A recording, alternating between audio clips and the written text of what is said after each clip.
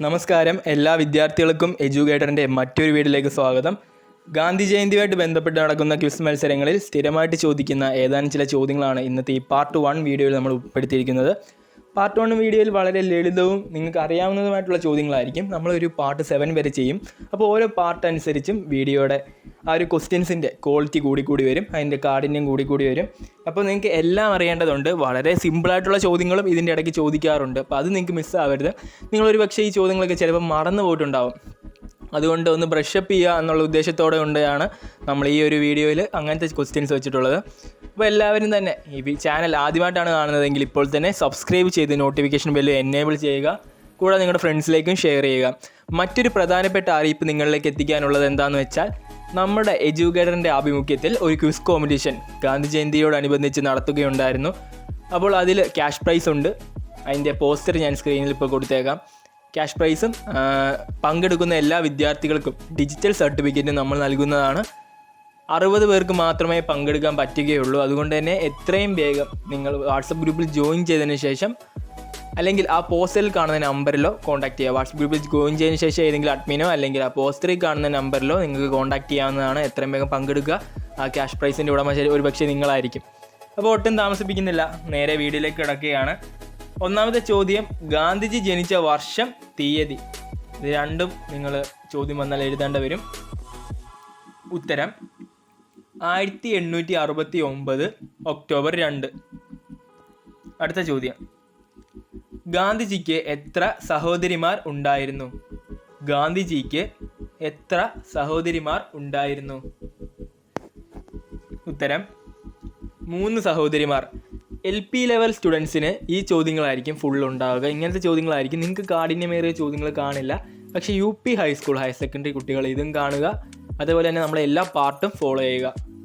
അടുത്ത ചോദ്യം, ഗാന്ധിജി ജനിച്ച പോർബന്ദർ ഏത് നാട്ടുരാജ്യത്തിൻ്റെ ഭാഗമായിരുന്നു? ഗാന്ധിജി ജനിച്ച പോർബന്ദർ ഏത് നാട്ടുരാജ്യത്തിൻ്റെ ഭാഗമായിരുന്നു? ഉത്തരം കത്വാർ. പോർബന്ദർ എന്നുള്ളത് ഗുജറാത്തിലാണ് സ്ഥിതി ചെയ്യുന്നത്. കത്വാർ എന്ന നാട്ടുരാജ്യത്താണ് പോർബന്ദർ സ്ഥിതി ചെയ്തിരുന്നത്. അടുത്ത ചോദ്യം, ഗാന്ധിജി ലണ്ടനിൽ നിയമവിദ്യാഭ്യാസം നടത്തിയ സ്ഥാപനം? ഗാന്ധിജി ലണ്ടനിൽ നിയമവിദ്യാഭ്യാസം നടത്തിയ സ്ഥാപനം. Answer inner temple. നിങ്ങൾക്ക് ഇതിൻ്റെയൊക്കെ ഉത്തരം അറിയാമെങ്കിൽ ജസ്റ്റ് ഞാൻ ക്വസ്റ്റ്യൻ വായിക്കുന്ന സമയത്ത് വീഡിയോ പോസ് ചെയ്തതിന് ശേഷം ഉത്തരം കമൻറ്റ് ബോക്സിൽ രേഖപ്പെടുത്തുക.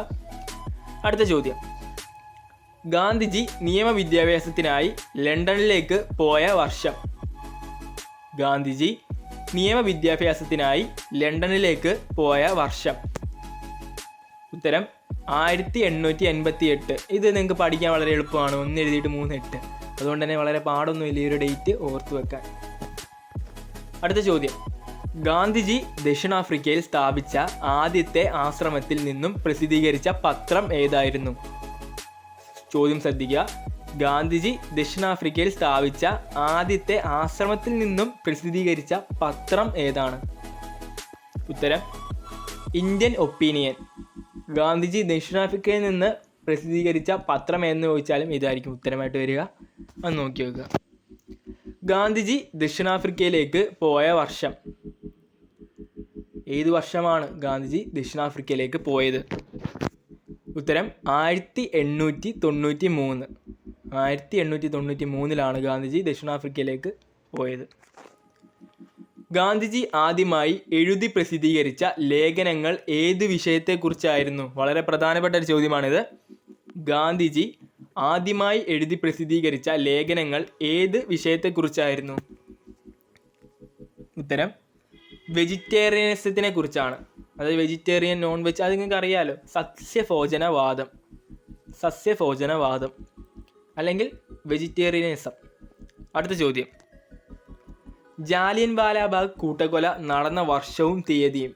ഒരു പക്ഷേ ഇടയ്ക്ക് സ്വാതന്ത്ര്യ സമരവും കയറി വരാം.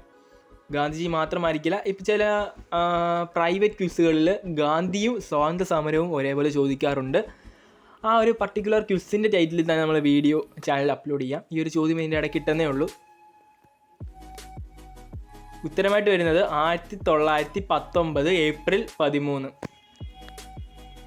ബർദോളി സത്യാഗ്രഹത്തിലൂടെ ഇന്ത്യൻ രാഷ്ട്രീയ രംഗത്തേക്ക് കടന്നു വന്ന നേതാവാര്? ബർദോളി സത്യാഗ്രഹത്തിലൂടെ ഇന്ത്യൻ രാഷ്ട്രീയ രംഗത്തേക്ക് കടന്നു വന്ന നേതാവ് ആര്? ഉത്തരം സർദാർ വല്ലഭായ് പട്ടേൽ. ഗാന്ധിജിയുടെ വഴികാട്ടിയും സഹായിയുമായിരുന്ന വ്യക്തിയുടെ പേരെന്ത്? ഗാന്ധിജിയുടെ വഴികാട്ടിയും സഹായിയുമായിരുന്ന വ്യക്തിയുടെ പേരെന്ത്? ഉത്തരം റായ്ചന്ദ് ഭായ്.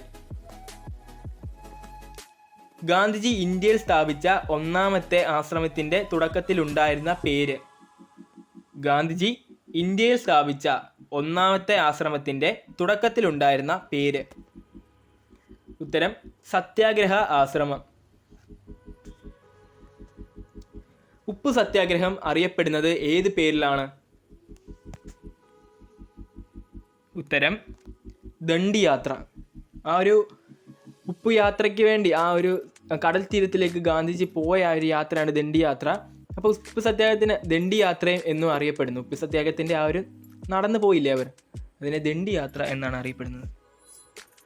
ഗാന്ധിജി എഴുതി പ്രസിദ്ധീകരിച്ച ആദ്യത്തെ പുസ്തകം? ഗാന്ധിജി എഴുതി പ്രസിദ്ധീകരിച്ച ആദ്യത്തെ പുസ്തകം? ഉത്തരം ഹിന്ദ് സ്വരാജ് അഥവാ Indian home rule. Hind Swaraj അല്ലെങ്കിൽ ഇന്ത്യൻ ഹോം റൂൾ. ഗാന്ധിജിയുടെ ആത്മകഥ എന്നു മുതൽ എന്നുവരെയുള്ള കാലഘട്ടത്തെയാണ് സൂചിപ്പിക്കുന്നത്? ഗാന്ധിജിയുടെ ആത്മകഥയായ എൻ്റെ സത്യാന്വേഷ പരീക്ഷണങ്ങൾ, അതിൽ എന്നു മുതൽ എന്നുവരെയുള്ള കാലഘട്ടത്തെയാണ് സൂചിപ്പിക്കുന്നത്? 1869 മുതൽ 1921 വരെയുള്ള കാലഘട്ടത്തെയാണ് ആ ഒരു ആത്മകഥയിൽ പരാമർശിക്കുന്നത്. അപ്പോൾ ഇന്നത്തെ വീഡിയോയിൽ ഇത്രയും ചോദ്യങ്ങൾ മാത്രമേ വെക്കുന്നുള്ളൂ. 7 പാർട്ട് തന്നെ നമ്മൾ അപ്ലോഡ് ചെയ്യും ഗാന്ധി ജയന്തിക്ക് മുമ്പ് തന്നെ. അപ്പം ആ ഒരു 7 പാർട്ടും നിങ്ങൾ മിസ് ചെയ്യാതെ കാണുക. ഇന്നത്തെ വീഡിയോയിൽ നമ്മൾ കുറച്ച് എളുപ്പമുള്ള ചോദ്യങ്ങളാണ് ഉൾപ്പെടുത്തിയിരിക്കുന്നത്. എന്ന് വെച്ചാൽ അത് LP-ക്കാർക്ക് മെയിൻ സ്ട്രീമായിട്ട് വരും. അതേപോലെയുള്ള മറ്റുള്ള ലെവലുകാർക്ക് 1-2 ചോദ്യങ്ങൾ ഇതിൽ നിന്ന് പ്രതീക്ഷിക്കാം. അടുത്ത പാർട്ടുകളിൽ കുറച്ചുകൂടെ ക്വാളിറ്റി ക്വസ്റ്റ്യൻസ് ആണ് ഉൾപ്പെടുത്തുന്നത്. നിങ്ങൾ ചെയ്യേണ്ടത് എന്തെന്ന് വെച്ചാൽ ഈ ചാനൽ ഇപ്പോൾ തന്നെ സബ്സ്ക്രൈബ് ചെയ്ത് നോട്ടിഫിക്കേഷൻ ബെല്ല് എനേബിൾ ചെയ്യുക. കൂടാതെ കമൻറ്റ് ബോക്സിൽ പിൻ ചെയ്തിരിക്കുന്ന വാട്സാപ്പ് ഗ്രൂപ്പിലും ജോയിൻ ചെയ്യുക. തുടക്കത്തിൽ പറഞ്ഞ ആ ക്വിസ് കോമ്പറ്റീഷന് ചേരാൻ താല്പര്യമുള്ളവർ എത്രയും വേഗം തന്നെ അറിയിക്കുക. ലിമിറ്റഡ് എൻട്രീസ് മാത്രമേ ഉള്ളൂ. അപ്പോൾ അടുത്ത വീഡിയോയിൽ കണ്ടുമുട്ടാം.